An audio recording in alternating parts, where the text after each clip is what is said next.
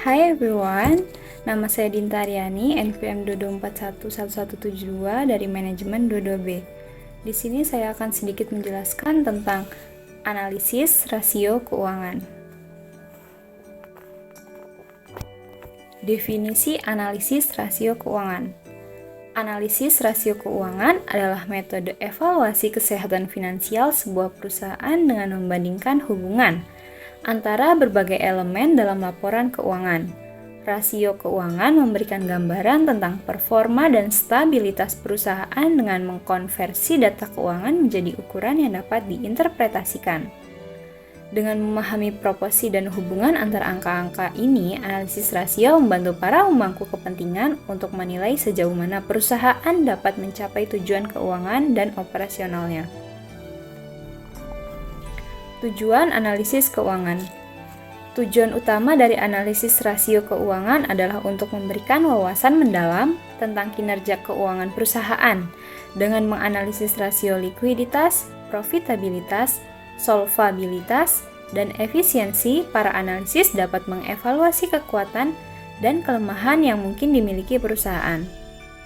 Informasi yang diperoleh dari analisis rasio dapat digunakan untuk membuat keputusan strategis, memberikan informasi kepada investor, dan memahami bagaimana kebijakan manajemen memengaruhi kondisi keuangan perusahaan.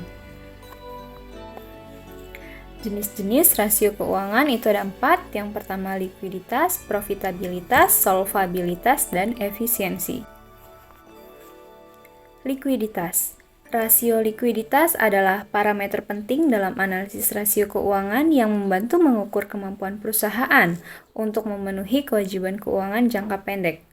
Current ratio adalah rasio antara aset lancar atau aset yang dapat diubah menjadi uang tunai dalam waktu singkat dan kewajiban lancar. Sementara quick ratio adalah varian yang lebih ketat yang tidak memasukkan persediaan dalam perhitungan. Current ratio di atas 1 menunjukkan likuiditas yang baik, tetapi mungkin juga menandakan bahwa perusahaan tidak mengoptimalkan penggunaan asetnya. Sebaliknya, quick ratio memberikan gambaran yang lebih konservatif tentang kemampuan perusahaan untuk membayar kewajiban jangka pendek tanpa harus mengandalkan penjualan persediaan. Profitabilitas. Rasio profitabilitas memberikan wawasan tentang sejauh mana perusahaan menghasilkan keuntungan dari asetnya atau ekuitas pemegang saham. Return on asset mengukur efisiensi dalam menghasilkan keuntungan dari aset yang dimiliki perusahaan, sedangkan return on equity mengukur profitabilitas relatif terhadap ekuitas pemegang saham.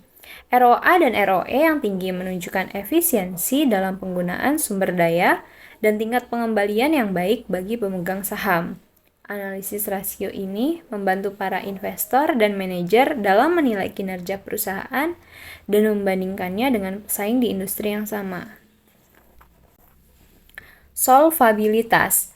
Rasio solvabilitas adalah alat yang digunakan untuk mengukur tingkat utang perusahaan dalam kaitannya dengan ekuitasnya. Debt to equity ratio menggambarkan seberapa besar utang perusahaan dalam perbandingan dengan ekuitas pemegang saham.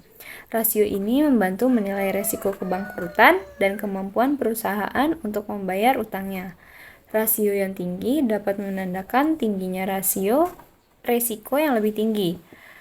Sementara rasio yang rendah menunjukkan tingkat solvabilitas yang lebih baik. Efisiensi. Rasio efisiensi membantu dalam mengevaluasi sejauh mana perusahaan mengelola asetnya. Inventory turnover mengukur seberapa sering perusahaan menjual dan menggantikan persediaannya dalam satu periode. Receivables turnover mengukur seberapa cepat perusahaan mengumpulkan uang dari piutangnya. Rasio-rasio ini mengindikasikan tingkat efisiensi dalam mengelola persediaan dan piutang. Tingkat yang tinggi dalam kedua rasio ini menandakan efisiensi operasional yang baik dan pengelolaan likuiditas yang kuat. Cara mengevaluasi rasio keuangan. Yang pertama, pemahaman rasio keuangan. Pastikan Anda memahami rasio keuangan yang sedang dievaluasi. Ketahui rumus, definisi, dan tujuan dari setiap rasio keuangan. Yang kedua, bandingkan dengan standar industri. Bandingkan rasio-rasio perusahaan dengan standar industri atau rata-rata sektor yang relevan. Ini membantu dalam menilai sejauh mana perusahaan sejalan dengan pesaing di industri tersebut. 3. Analisis tren seiring waktu. Perhatikan perubahan rasio keuangan dalam beberapa periode, seperti beberapa tahun. Analisis tren ini dapat membantu Anda melihat apakah perusahaan mengalami perbaikan atau penurunan dalam kinerja keuangan. Yang keempat, perbandingan dengan pesaing. Bandingkan rasio keuangan perusahaan dengan pesaing atau perusahaan sejenis untuk mengevaluasi relatifnya kinerja perusahaan di pasar yang sama. Yang kelima, rekomendasi dan tindakan. Akhiri evaluasi dengan memberikan rekomendasi atau tindakan yang sesuai berdasarkan hasil analisis rasio. Ini mungkin termasuk perbaikan operasional, strategi bisnis, atau penyesuaian kebijakan keuangan yang diperlukan. Fungsi analisis rasio keuangan.